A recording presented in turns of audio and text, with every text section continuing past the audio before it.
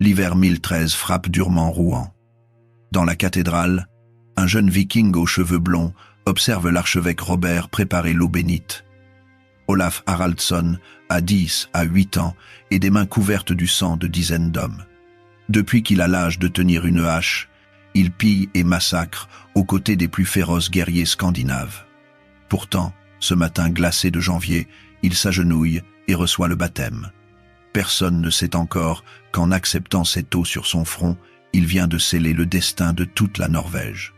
Olaf n'est pas n'importe quel viking, descendant direct d'Harald à la belle chevelure, celui qui a unifié la Norvège un siècle plus tôt. Il porte dans ses veines le sang des rois. Mais son enfance n'a rien d'un conte royal. Son père Harald Grenske est assassiné avant même sa naissance par une reine jalouse, Sigrid Storoda. Sa mère Åsta le confie alors à son second mari, Sigurd Syr, un petit roi du Ringerike. Le gamin grandit dans l'ombre, nourri de récits de vengeance et de gloire perdue. À 12 ans, Olaf embarque pour sa première expédition de pillage. Le golfe de Finlande, les côtes baltiques, puis l'Angleterre deviennent son terrain de jeu mortel. Il combat aux côtés de Thorkel le Grand, ce géant légendaire qui terrorise les côtes britanniques. En 1009, le jeune viking participe au siège de Canterbury. Les moines supplient, les femmes hurlent, les flammes dévorent la ville. Olaf ne cille pas, c'est la loi des raids, tuer, voler, partir, recommencer ailleurs. Mais quelque chose change en lui lors de ces hivers passés en Normandie. Les églises, les prières, cette paix étrange qui règne dans les monastères. Contrairement aux dieux nordiques qui exigent des sacrifices sanglants et promettent la mort glorieuse au Valhalla, ce Christ offre le pardon. Le concept fascine Olaf, un dieu qui pardonne aux tueurs, qui promet la vie éternelle sans avoir à mourir l'épée à la main. Le duc Richard II de Normandie comprend vite le potentiel de ce jeune chef viking. Il l'encourage, le guide, finance même son baptême, car Richard joue une partie plus large. Au nord, la Scandinavie païenne menace constamment. Si un viking christianisé prenait le pouvoir en Norvège, ce serait un allié précieux contre les autres raiders. Olaf accepte le baptême, mais pas seulement par calcul politique. Quelque chose en lui a vraiment basculé. Il veut croire à ce Dieu unique, à cette rédemption possible. En 1015, après des années de raids en Espagne, en France, en Angleterre, Olaf décide de rentrer. Il a maintenant 20 ans, une réputation de guerrier impitoyable et un plan ambitieux. La Norvège est fragmentée entre petits rois locaux, Jarl le Puissant et chefs païens. Personne ne contrôle vraiment le pays. Olaf voit l'opportunité de sa vie. Mais il ne veut pas juste un trône. Il veut transformer toute la Norvège. Olaf débarque en Norvège avec une petite flotte et quelques centaines d'hommes triés sur le volet. Des vétérans des raids anglais, des guerriers qui ont affronté la mort 100 fois. Il amène aussi des évêques anglais, dont Grim Kettel, qui deviendra son bras droit dans la conversion du pays. Le message est clair, ce n'est pas juste une conquête territoriale, c'est une guerre sainte. Sa première cible, les petits rois locaux qui se partagent le pouvoir. Olaf n'a pas le temps pour la diplomatie. Il frappe vite et fort. Dans les fjords de l'Ouest, il défait le Jarl Håkon Eriksson. Au nord, il soumet les chefs de la côte. En quelques mois, sa réputation de guerrier invincible se propage. Mais ce qui terrifie vraiment ses adversaires, c'est sa détermination religieuse. Olaf n'offre qu'une option, le baptême ou la mort. En 1016, lors de la bataille de Nejar, Olaf écrase ses derniers opposants majeurs et se fait proclamer roi de Norvège par les assemblées locales. À 21 ans, il règne sur l'un des royaumes les plus vastes et les plus sauvages d'Europe. Mais son vrai combat commence maintenant. La Norvège de 1006 est profondément païenne. Les temples dédiés à Odin, Thor et Freya parsèment le pays. Les sacrifices rituels rythment les saisons. Chaque printemps, on égorge des animaux, parfois même des esclaves, pour assurer les récoltes. Les Volva, ces chamans redoutés, prophétisent l'avenir en entrant en transe. Les guerriers prient Thor avant la bataille et offrent leur butin à Odin. Cette religion millénaire s'ancre dans chaque aspect de la vie norvégienne. Olaf décide de détruire tout cela. Avec l'aide de l'évêque Grim Kettel, il établit un plan radical. D'abord, construire des églises. Il fait ériger la première à Nidaros, l'actuelle Trondheim, qui deviendra sa capitale. Des moines et prêtres anglais affluents. Olaf les protège, leur donne des terres, leur accorde des privilèges. En quelques années, des dizaines d'églises en bois surgissent à travers le pays, mais construire des églises ne suffit pas. Olaf veut éradiquer les temples païens. Ses hommes parcourent la Norvège, brûlant les sanctuaires, renversant les statues des dieux. Dans la vallée de Gudbrandsdal, Olaf confronte directement les païens. Il organise une épreuve de force. Les habitants doivent choisir entre Thor et le Christ. Olaf fait abattre une énorme statue de Thor. Quand la foule voit que le dieu ne se venge pas, beaucoup acceptent le baptême. Pas par conviction, mais par peur. Si Thor ne protège même pas sa propre statue, à quoi bon le servir? Les méthodes d'Olaf deviennent de plus en plus brutales. Les textes de Snorri Sturluson, écrits 2 siècles plus tard, décrivent des scènes terrifiantes. Ceux qui refusent le baptême sont torturés, mutilés, exécutés. Olaf fait couper les mains et les pieds, arracher les yeux, pendre ou décapiter les récalcitrants. Il chasse les sorcières et les chamans, considérés comme des servantes du démon. Certains sont brûlés vifs, d'autres noyés. Les jarls païens qui osent résister voient leurs terres confisquées, leurs familles exilées. Cette violence choque même certains chrétiens. Mais pour Olaf, c'est une guerre existentielle. Il croit sincèrement sauver des âmes de la damnation éternelle. Chaque païen baptisé est une victoire contre Satan. Chaque temple détruit est un pas vers le paradis. Sa foi, forgée dans le sang des raids vikings et trempée dans l'eau du baptême normand, ne connaît aucune nuance. Vers 1024, Olaf franchit une étape décisive avec la promulgation de nouvelles lois lors de l'Assemblée de Moster. Ces lois, rédigées avec l'évêque Grimketil, intègrent les principes chrétiens à la société norvégienne. Désormais, les mariages doivent suivre les règles de l'Église catholique. Interdiction d'épouser sa cousine germaine, de pratiquer la polygamie, de répudier sa femme sans raison valable selon l'Église. Les vieilles coutumes norvégiennes, qui permettaient aux hommes d'avoir plusieurs femmes et de divorcer facilement, sont abolies d'un coup. Le calendrier change aussi. Les anciennes fêtes païennes, le solstice d'hiver, les sacrifices de printemps, les célébrations de la moisson, sont remplacés par Noël, Pâques, la Pentecôte. Les Norvégiens doivent apprendre ce nouveau rythme, ces nouveaux rituels. Ils doivent jeûner le vendredi, assister à la messe le dimanche, confesser leurs péchés aux prêtres. Pour un peuple habitué aux fêtes bruyantes, avec hydromel et combats rituels, c'est un choc culturel brutal. Olaf impose aussi une hiérarchie ecclésiastique. Il divise le pays en diocèses, nomme des évêques, établit des paroisses. Chaque village doit construire une église, chaque famille doit payer la dîme. Les paysans norvégiens, déjà taxés pour l'armée royale, doivent maintenant financer aussi l'église. Le mécontentement gronde. Mais Olaf ne s'arrête pas là. Il veut aussi centraliser le pouvoir royal. Les jarls, ces seigneurs locaux qui régnaient en maître sur leur région, perdent leur autonomie. Olaf leur impose des représentants royaux, collecte les impôts directement, s'approprie le droit de rendre la justice suprême. Pour ces chefs habitués à l'indépendance, c'est intolérable. Ils voient Olaf non comme un libérateur, mais comme un tyran qui détruit leurs traditions et leur pouvoir. Le roi a aussi des ambitions internationales. En 1023, il revendique même la souveraineté sur le Groenland. Il veut faire de la Norvège un royaume chrétien puissant, reconnu par Rome et les autres monarchies européennes. Pour cela, il s'allie avec le roi de Suède Anund Jacob, épousant sa politique matrimoniale à grande échelle. Les alliances se tissent, mais aussi les inimitiés.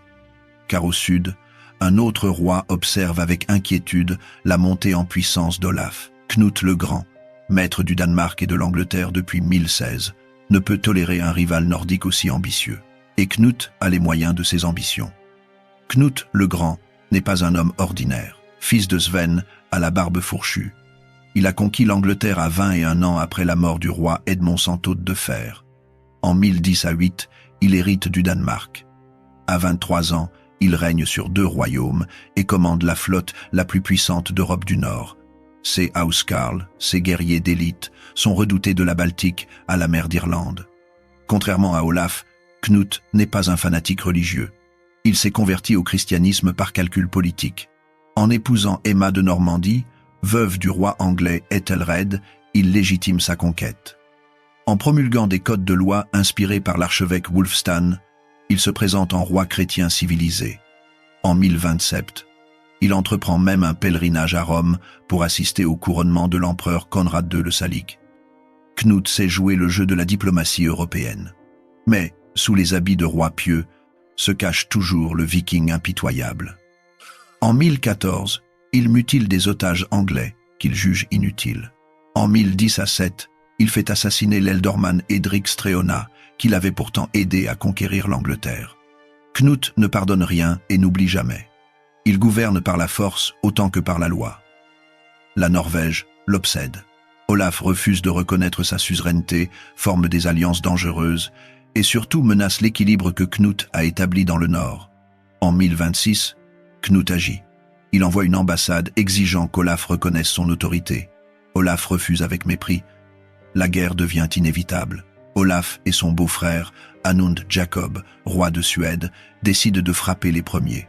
Ils rassemblent une flotte et attaquent le Danemark pendant que Knut se trouve en Angleterre. Ils dévastent les côtes danoises, brûlent des villages, pillent des monastères. Mais Knut réagit avec une rapidité foudroyante. Il rassemble sa flotte anglaise et danoise et fonce vers la Scanie. La bataille navale de l'Eljo, en 1026, tourne au désastre pour Olaf. Knut bloque le détroit de l'Øresund. La flotte norvégienne se retrouve piégée dans la Baltique. Olaf doit abandonner ses navires et rentrer par voie terrestre. C'est une humiliation catastrophique. Sans sa flotte, il perd l'essentiel de sa puissance militaire. Pire encore, cette défaite révèle sa vulnérabilité aux yeux de ses ennemis intérieurs. Les jarls norvégiens, qui supportent de moins en moins le joug d'Olaf, voient leur chance. Les seigneurs païens, les chefs locaux dépossédés, les paysans écrasés d'impôts, tous ceux qu'Olaf a brutalisés en 15 ans de règne commencent à comploter, et Knut leur tend une main généreuse. De l'or danois circule en Norvège. Des promesses sont faites. Les jarls de Lade, cette puissante famille qui contrôle le nord du pays, penche du côté de Knut. En 1028, Knut frappe. Il assemble une flotte de 50 navires et débarque en Norvège. Mais il ne vient pas en conquérant brutal. Il se présente en libérateur. Il promet aux jarls de restaurer leurs privilèges, aux paysans d'alléger les impôts, aux païens de tolérer leurs croyances. Partout où passe Knut, les assemblées locales le proclament roi. Olaf, trahi de toutes parts, comprend qu'il ne peut résister. Plutôt que de mourir dans une bataille perdue d'avance, il choisit l'exil. L'hiver 1028 marque le pire moment de la vie d'Olaf. Lui qui règne sur la Norvège depuis 13 ans, se retrouve chassé comme un criminel. Avec quelques fidèles, moins d'une centaine d'hommes, il fuit vers l'est, sa destination, Novgorod, dans la Russe de Kiev, chez le prince Iaroslav le Sage. C'est un voyage terrible à travers les montagnes enneigées de Suède, évitant les patrouilles danoises, mendiant l'hospitalité dans des villages isolés. À Novgorod, Iaroslav accueille Olaf avec honneur. Le prince russe, lui-même récemment converti au christianisme orthodoxe, respecte ce roi déchu qui a tout sacrifié pour sa foi. Olaf s'installe à la cour russe avec sa famille. Son fils Magnus, âgé de 4 ans, grandit parmi les enfants de nobles russes. Pour un temps, Olaf semble accepter son sort. Il prie, discute théologie avec les prêtres orthodoxes, aide Iaroslav dans ses guerres contre les tribus païennes de l'Est. Mais en Norvège, la situation se dégrade rapidement. Knut a confié le gouvernement du pays à Håkon Eiríksson, le jarl de Lade qui l'a soutenu. Mais Håkon meurt noyé en 1029, à peine 1 an après avoir pris ses fonctions. C'est un coup du destin qui change tout. Knut nomme alors sa première femme, Elfgifu de Northampton, et leur fils Sven comme régent. Erreur fatale. Elfgifu arrive en Norvège avec des idées précises sur la façon de gouverner. Elle impose les lois danoises, augmente les impôts, place des Danois à tous les postes importants. Les Norvégiens, qui avaient accepté Knut en espérant plus de liberté, découvrent qu'ils ont échangé un tyran contre un autre. Pire, ils sont maintenant gouvernés par une femme étrangère et arrogante. Dans la société viking, où les femmes peuvent certes hériter et commercer, les voir exercer le pouvoir politique suprême choque profondément. Les lois imposées par Elfgifu et Sven sont encore plus dures que celles d'Olaf. Taxes sur les terres, taxes sur le bétail, taxes sur la pêche. Les paysans norvégiens, Ces hommes libres habitués à une relative indépendance se retrouvent traités comme des serfs. Le mécontentement gronde de fjord en fjord. Dans les assemblées locales, on murmure qu'Olaf, finalement, n'était peu, être pas si terrible. Au moins, c'était un Norvégien. Au moins, il croyait vraiment en sa mission. À Novgorod, les nouvelles parviennent à Olaf. Des émissaires norvégiens viennent secrètement. Ils lui disent que le peuple est prêt à le rappeler, que les jarls qui l'ont trahi regrettent maintenant, que même certains païens préfèrent son christianisme brutal à l'occupation danoise. Olaf hésite longuement. Il a 40 ans maintenant, il est fatigué. Sa foi, aussi intense soit-elle, n'a pas empêché sa chute. Puis arrive une prophétie. Un moine lui dit qu'il mourra en martyr pour la foi et deviendra un saint. Olaf y croit. Toute sa vie, il a voulu servir Dieu. Si c'est là son destin, il l'accepte. Il laisse son fils Magnus à Novgorod, sachant qu'il ne le reverra probablement jamais. En janvier 1030, Olaf quitte la Rus de Kiev et prend la route de la Norvège. Il ne cherche plus simplement à récupérer son trône. Il va accomplir son martyre. Le voyage de retour traverse la Suède en plein hiver. Olaf a rassemblé environ 3600 hommes. Ce sont des vétérans, des exilés norvégiens, des aventuriers suédois, quelques mercenaires. Le roi de Suède Anund Jacob lui fournit des troupes, mais refuse de l'accompagner personnellement. Trop risqué. Si Olaf échoue, la Suède ne veut pas s'attirer la colère de Knut. La troupe d'Olaf traverse les montagnes du Jämtland, franchit la frontière norvégienne et descend dans la vallée de Verdal. À chaque étape, Olaf espère que des Norvégiens vont le rejoindre. Dans les sagas, on raconte qu'à la ferme de Sul, les hommes d'Olaf piétinent accidentellement un champ. Le fermier se plaint. Olaf promet que Dieu réparera les dégâts. Quelques jours plus tard, le champ est redevenu intact. C'est le premier des miracles attribués à Olaf. Vraie histoire ou légende forgée après sa mort? Impossible à dire. Mais ce qui compte, c'est que cette histoire circulera et nourrira son culte. Le 29 juillet 1030 au matin, l'armée d'Olaf arrive à Stiklestad, une ferme dans la partie basse de la vallée de Verdal, à environ 80 km au nord de Trondheim. Olaf espère encore éviter la bataille. Il envoie des émissaires proposer des négociations, mais ses anciens ennemis ne veulent pas discuter. Ils ont mobilisé une armée massive pour le stopper définitivement. Face à Olaf se dressent 3 hommes qui incarnent toutes ses erreurs passées. Oreg de Djota, un puissant chef du Nord que le roi a humilié. Kalfr Arnazon, un ancien ami et vassal fidèle qu'Olaf a trahi et dépossédé dans une querelle de terre. Et surtout, Thorir le chien, le plus redoutable guerrier de Norvège. Thorir a toutes les raisons de haïr Olaf. Le roi a fait tuer son oncle, confisquer ses terres, chasser ses alliés. Thorir a passé 2 ans à préparer sa vengeance. Ses 3 chefs ont rassemblé une armée de paysans. Selon Snorri Sturluson, ils auraient mobilisé un 100 de 100, ce qui signifie en vieux norrois 14 400 hommes. Ce chiffre est probablement exagéré, comme souvent dans les sagas. Les historiens modernes estiment l'armée paysanne entre 7 et 10 000 combattants. Mais même avec 7 000 hommes contre 3 600, l'avantage numérique est écrasant. Olaf observe le terrain. La vallée est étroite. Ses flancs limitent les mouvements. Si l'ennemi l'encercle, c'est fini. Il décide de prendre position sur une légère élévation, adossée à une forêt qui protégera ses arrières. Ces hommes forment un mur de boucliers. Les vétérans à l'avant, les moins expérimentés derrière. À ses côtés se tient son demi-frère Harald, 15 ans, qui vit là sa première vraie bataille. Harald deviendra un jour l'un des plus grands rois de Norvège, sous le nom de Harald Hardrada. Mais pour l'instant, c'est juste un adolescent terrifié qui serre sa hache en tremblant. Olaf lève son épée et crie le cri de guerre qui résonnera dans l'histoire norvégienne. Fram Fram, Kristmen, Krossmen, Konungsmen. En avant, homme du Christ, homme de la croix, homme du roi. Ces soldats reprennent en chœur. Leur foi, leur loyauté, leur désespoir fusionnent dans ce rugissement collectif. De l'autre côté, l'armée paysanne répond avec son propre cri. Fram, Fram, Buanmen, en avant, homme de la terre.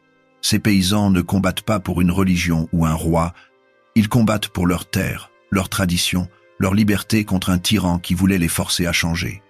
La bataille commence à la mi-journée. Les archers paysans tirent les premières volées. Des centaines de flèches obscurcissent le ciel d'été. Le mur de boucliers d'Olaf encaisse. Les boucliers en bois craquent sous l'impact. Certains hommes tombent, une flèche dans le cou ou dans l'œil. Mais la formation tient. Puis vient le choc frontal. L'armée paysanne charge en hurlant. Des milliers d'hommes armés de haches, de lances, de gourdins se jettent sur les lignes d'Olaf. Le bruit est assourdissant. Le métal cogne le métal, le bois éclate, les hommes hurlent. Les premières minutes sont un chaos sanglant où personne ne comprend rien. On frappe ce qui bouge devant soi. On pare les coups. On pousse. On tue. Le mur de boucliers d'Olaf résiste aux premiers assauts. Ces vétérans ont l'expérience. Ils savent tenir leur position, frapper dans les ouvertures, protéger leurs voisins. Mais l'armée paysanne est simplement trop nombreuse. Les chefs ennemis déploient leurs hommes sur les flancs. Ils commencent à encercler la position d'Olaf. Le roi se bat comme un démon.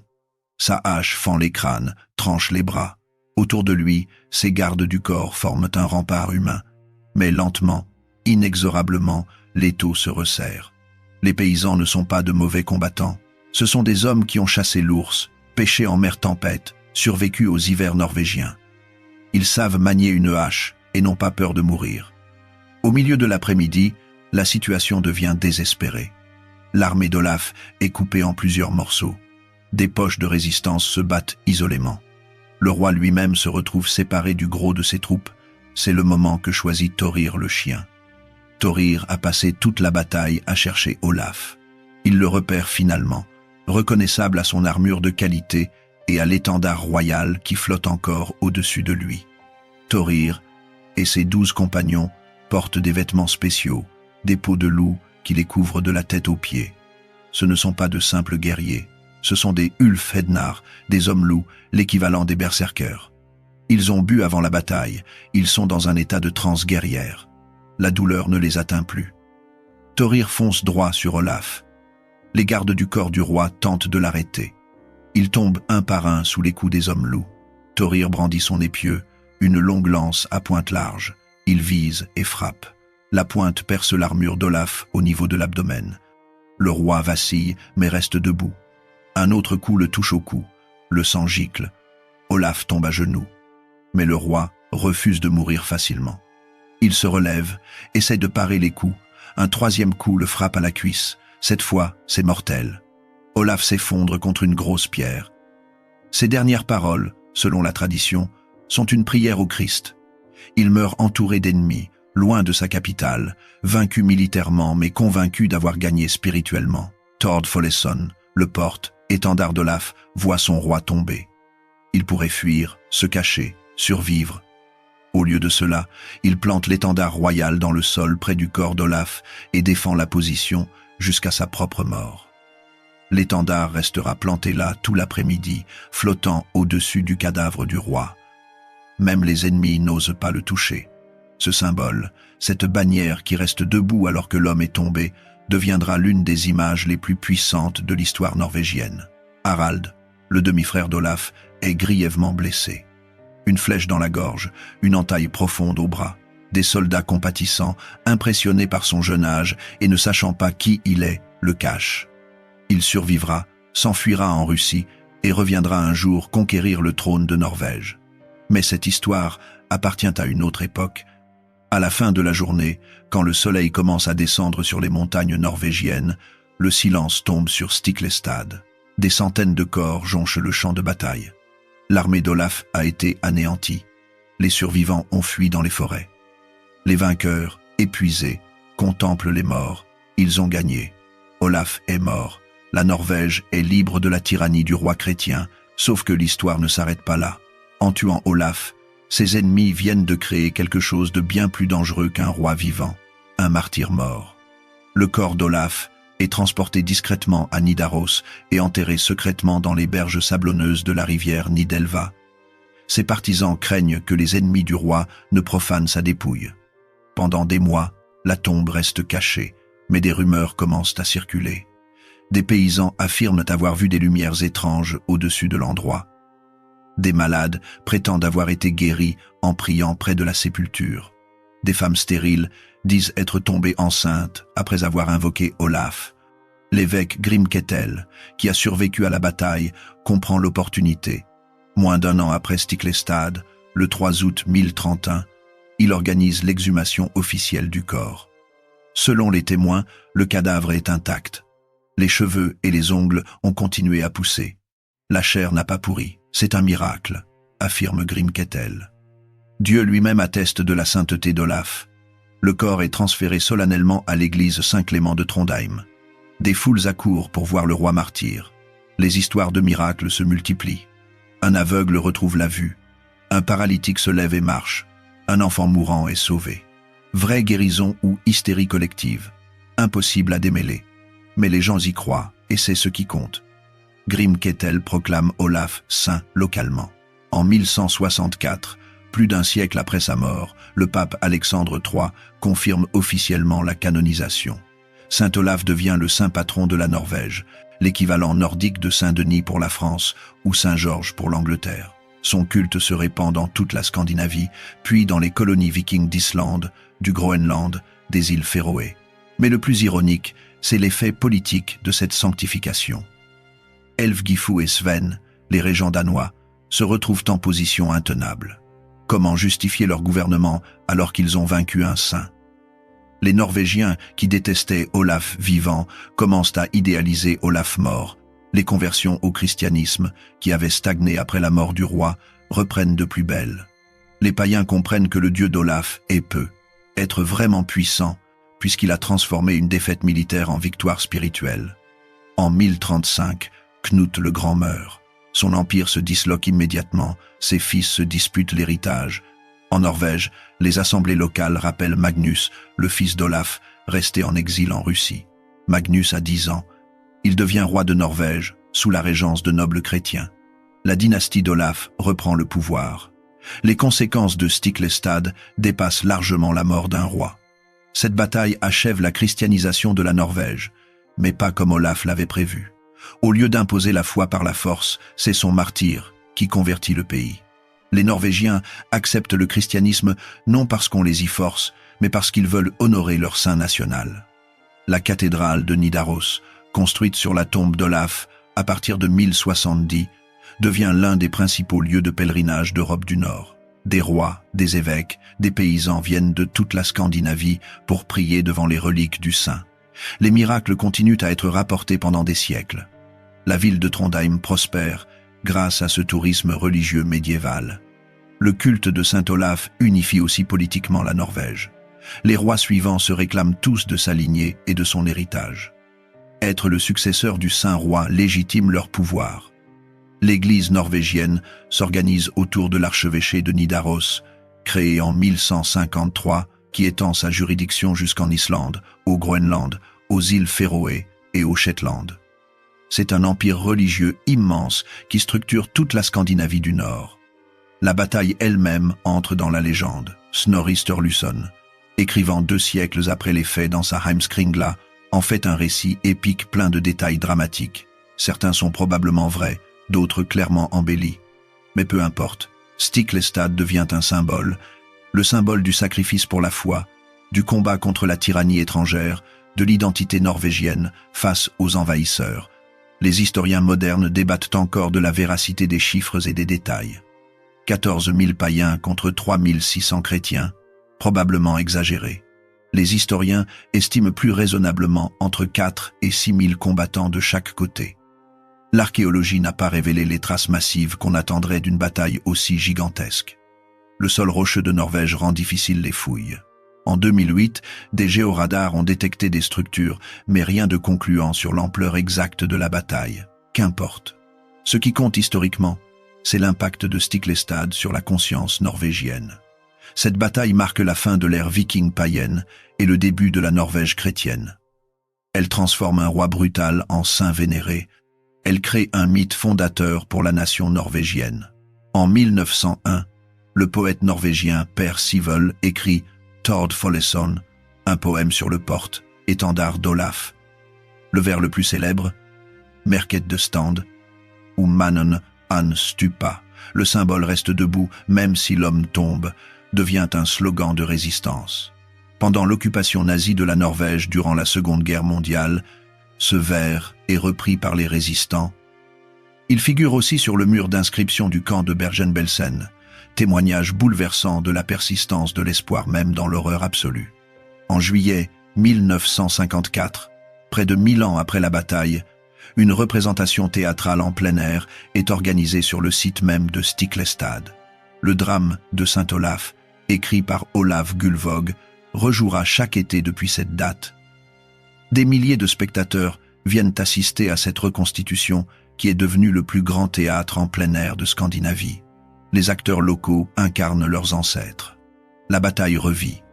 La légende perdure. Qui était vraiment Olaf? Un saint ou un tyran? Un visionnaire ou un fanatique? La réponse est probablement tout cela à la fois. Olaf était un homme de son temps, formé par la violence des raids vikings, converti sincèrement au christianisme, convaincu d'œuvrer pour le bien de son peuple même quand il le torturait. Sa brutalité était réelle. Les textes qui décrivent ces méthodes de conversion forcée ne sont pas tous des inventions. Même si Snorri Sturluson écrit 2 siècles après et embellit certains aspects, la base historique demeure. Olaf a utilisé la violence pour imposer sa foi. Mais dans l'Europe du XIe siècle, cette violence n'était pas exceptionnelle. Charlemagne avait massacré les Saxons païens 2 siècles plus tôt. Les croisades commenceront quelques décennies plus tard. La conversion par l'épée était la norme, pas l'exception. Ce qui distingue Olaf, c'est son échec transformé en victoire. Il perd son trône, meurt vaincu, mais gagne immortalité. Sa défaite militaire devient victoire spirituelle. Son martyre accomplit ce que sa violence n'avait pas réussi, convertir véritablement la Norvège. Non par peur des tortures, mais par adhésion à un héros national devenu saint. L'ironie suprême, c'est que beaucoup de ceux qui l'ont combattu à Stiklestad se sont ensuite convertis au christianisme pour honorer sa mémoire. Certains de ses anciens ennemis sont même devenus de fervents promoteurs de son culte. La religion qu'ils refusaient quand Olaf la leur imposait, ils l'ont acceptée quand elle est devenue le symbole de leur identité norvégienne face à l'occupation danoise. Stiklestad s'inscrit dans une transformation massive de l'Europe. Entre 900 et 1100, tout le continent bascule définitivement dans le christianisme. Les dernières poches de paganisme, la Scandinavie, la Prusse, les pays baltes, se convertissent. Cette christianisation n'est pas seulement religieuse. Elle apporte l'écriture, le droit romain, l'architecture en pierre, les universités, toute une civilisation. Pour la Norvège, cette transition est brutale. En l'espace d'une génération, entre 1000 et 1050, le pays passe d'une société païenne décentralisée à un royaume chrétien unifié. Les temples deviennent églises. Les skaldes qui chantaient les exploits des dieux composent maintenant des hymnes au Christ. Les jarls indépendants deviennent vassaux du roi. Les assemblées locales perdent leur pouvoir face à l'administration royale. Ce changement bouleverse la société norvégienne. Les anciennes libertés vikings disparaissent. Les paysans libres se retrouvent plus taxés, plus contrôlés. Mais en échange, ils entrent dans l'espace civilisationnel européen. Les marchands norvégiens peuvent commercer avec l'Angleterre, la France, l'Allemagne, sans être vus comme des pirates païens. Les nobles norvégiens peuvent épouser des princesses européennes. La Norvège devient un royaume respectable. Olaf incarne cette transition violente. Homme du passé viking par sa brutalité, homme du futur chrétien par sa foi, il est coincé entre 2 mondes. Sa tragédie personnelle reflète la tragédie de toute une civilisation qui doit mourir pour qu'une autre naisse. Fallait-il vraiment convertir la Norvège de force? Les historiens débattent encore. D'un côté, on peut argumenter qu'Olaf a apporté la civilisation, l'écriture, le droit, l'intégration européenne. De l'autre, il a détruit une culture millénaire, massacré ceux qui refusaient de se convertir, imposé une religion étrangère. La vérité est probablement que la conversion était inévitable. Toute l'Europe devenait chrétienne. Une Norvège païenne aurait été isolée, marginalisée, potentiellement colonisée. Olaf a accéléré brutalement un processus qui aurait de toute façon eu lieu. Ces méthodes étaient terribles, mais être pas pire que celles utilisées ailleurs. Et contrairement à d'autres conquérants religieux, Olaf croyait sincèrement à sa mission. Il n'agissait pas par cynisme, mais par conviction. Le paganisme nordique avait ses qualités. Une spiritualité liée à la nature, un panthéon de dieux complexe et fascinant, une tradition de poésie scaldique raffinée, des valeurs de courage et d'honneur. Mais il avait aussi ses défauts, les sacrifices humains, l'esclavage ritualisé, l'absence d'écriture qui limitait l'accumulation de connaissances, la fragmentation politique. Le christianisme apportait autre chose. Un Dieu unique de miséricorde, l'interdiction des sacrifices humains, l'écriture latine, l'unification politique. Le grand historien français Régis Boyer a argumenté que la conversion de la Scandinavie s'est faite sans coup férir, sans guerre de religion, sans effusion de sang, sans martyrs. Selon lui, les récits violents de Snorri sont des inventions littéraires destinées à glorifier les rois convertisseurs. Mais d'autres historiens contestent cette vision. Les sources sont contradictoires, écrites longtemps après les faits, biaisées par les perspectives des auteurs. La réalité se situe probablement entre les deux. Il y a eu de la violence, mais probablement moins que les sagas ne le prétendent. Il y a eu des conversions sincères, mais aussi beaucoup de conversions de façade, pendant des décennies. Peu être des siècles. Christianisme et paganisme ont coexisté. Les Norvégiens priaient le Christ le dimanche à l'église et Thor le reste de la semaine à la maison. Les vieilles coutumes persistaient sous des noms chrétiens. Yule devenait Noël. Les saints remplaçaient les dieux. Mais les pratiques magiques, les croyances aux elfes et aux trolls, le respect des forces naturelles continuait. Harald, le demi-frère d'Olaf, mérite une mention spéciale. À 15 ans, il survit à Stiklestad grièvement blessé. Il s'enfuit en Russie, puis à Constantinople, où il devient commandant de la garde Varègue de l'empereur byzantin. Il combat en Sicile, en Italie, au Moyen-Orient. Il accumule une fortune colossale. En 1046, il rentre en Norvège, fort de son expérience militaire et de son trésor. Il devient co-roi avec Magnus, fils d'Olaf, puis roi unique après la mort de Magnus en 1047. Harald Hardrada règne 20 ans sur la Norvège. C'est un souverain brillant mais impitoyable. Il fait la guerre au Danemark, contrôle le commerce en mer du Nord, bâtit Oslo. En 1066, il tente d'envahir l'Angleterre, réclamant le trône anglais. Il débarque avec 300 navires et massacre l'armée anglaise du Nord à Fulford. Mais le roi Harold d'Angleterre remonte en force et piège les Norvégiens à Stamford Bridge. Harald Hardrada meurt d'une flèche dans la gorge. Avec lui s'achève l'ère des grandes invasions vikings. 3 semaines plus tard, Guillaume le Conquérant débarque à Hastings et la bataille la plus célèbre du Moyen-Âge change l'histoire anglaise. Magnus, le fils d'Olaf, a un destin moins guerrier, mais tout aussi important. Élevé en Russie, après la mort de son père, il rentre en Norvège, à 10 ans après l'effondrement de l'empire de Knut. Il règne sous la régence de nobles chrétiens qui achèvent l'œuvre d'Olaf. Magnus fait la paix avec le Danemark, consolide l'église norvégienne, promulgue des lois justes qui lui valent le surnom de Magnus le Bon. Il meurt jeune, à 25 ans. Mais son règne établit définitivement la dynastie chrétienne en Norvège. Thorir le chien, le tueur d'Olaf, a un destin tragique. Après Stiklestad, il devient l'un des hommes les plus puissants de Norvège. Mais quand le culte de Saint Olaf se développe, Thorir se retrouve accusé de déicide, d'avoir tué un saint.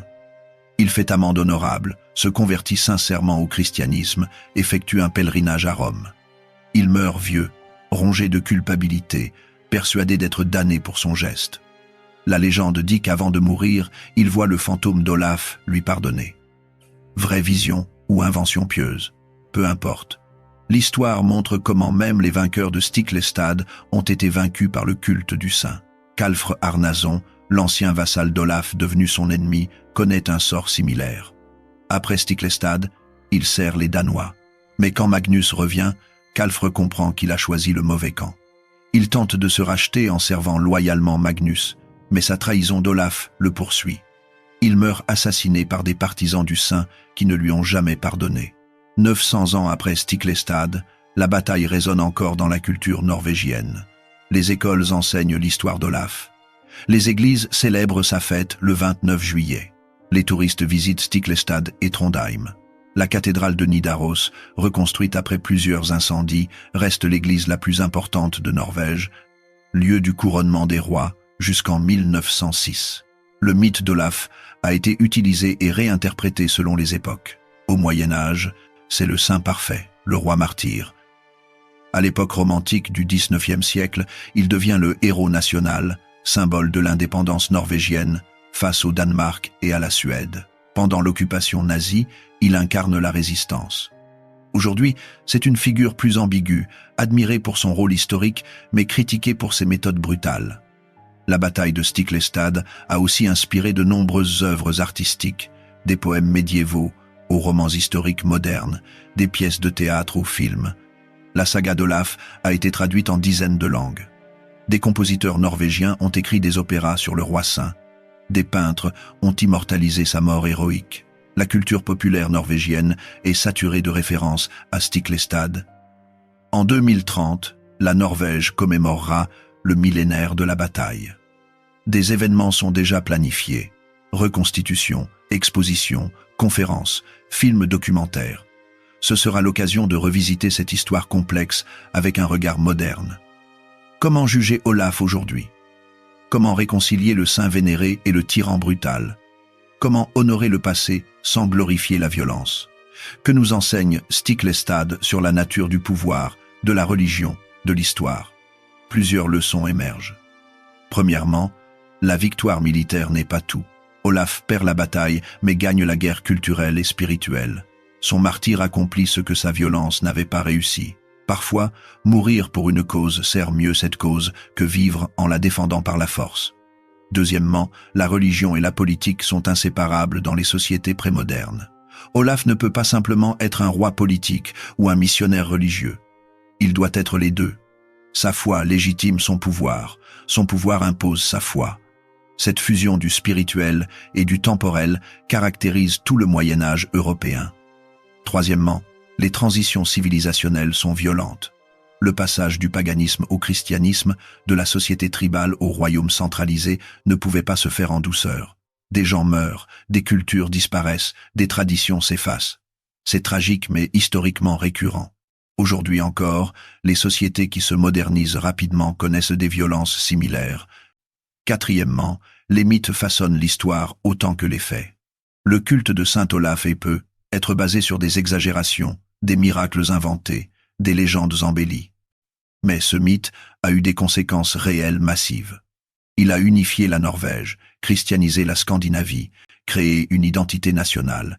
La vérité historique objective compte moins que la vérité mythologique vécue. Cinquièmement, les figures historiques sont toujours complexes. Olaf n'est ni le saint parfait de l'hagiographie médiévale, ni le tyran monstrueux que certains historiens modernes décrivent. C'est un homme contradictoire, brutal et pieux, visionnaire et fanatique, intelligent et obstiné. Juger les personnages historiques avec nos valeurs modernes est tentant mais anachronique. Il faut les comprendre dans leur contexte tout en gardant notre sens moral. Le 29 juillet 1030, dans une vallée norvégienne loin de tout, 3600 hommes affrontent une armée bien supérieure en nombre. Ils combattent pour un roi controversé, pour une foi encore neuve, pour un avenir incertain. La plupart mourront ce jour-là. Leur roi tombera, percé de 3 lances. Son étendard restera planté dans le sol ensanglanté. 1000 ans plus tard, cette bataille résonne encore. Elle marque la fin d'une ère et le début d'une autre. La fin de la Norvège viking païenne, le début de la Norvège chrétienne médiévale. Entre ces deux mondes, Olaf a servi de pont sanglant. Il a forcé son peuple à traverser, au prix de violences terribles. Mais ce passage était probablement inévitable. Stiklestad nous rappelle que l'histoire se construit dans la douleur, que les transitions entre civilisations coûtent cher en vies humaines, que les saints peuvent être des tyrans et les tyrans devenir des saints, que la défaite militaire peut se transformer en victoire morale, que les symboles survivent aux hommes qui les portent. Le symbole reste debout, même si l'homme tombe. Cette phrase, écrite 8 siècles après la bataille par un poète norvégien, capture l'essence de Stiklestad. Olaf est tombé, son armée a été massacrée, ses ennemis ont triomphé.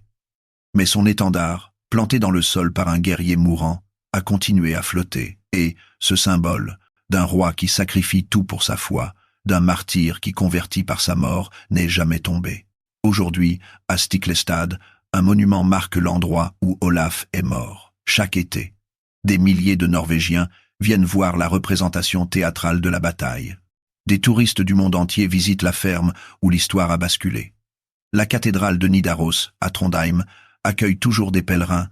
Les reliques de Saint Olaf y sont conservées, objets de dévotion pour certains, curiosité historique pour d'autres. La bataille de Stiklestad est terminée depuis un millénaire. Mais ses échos résonnent encore. Dans chaque débat sur religion et pouvoir, dans chaque question sur les moyens et les fins, dans chaque réflexion sur le prix de la civilisation, 3600 chrétiens contre 14 000 païens. Un roi mort devenu saint. Une défaite transformée en victoire, une journée sanglante qui a changé un pays pour toujours. C'est ça, Stiklestad. Pas juste une bataille parmi d'autres, mais le moment où la Norvège est devenue ce qu'elle est aujourd'hui. Le jour où un viking brutal a embrassé le christianisme avec une foi si intense qu'il a forcé tout un peuple à le suivre. Le jour où un roi a perdu son trône mais gagné l'immortalité. Le jour où l'histoire est devenue légende, et la légende, éternité,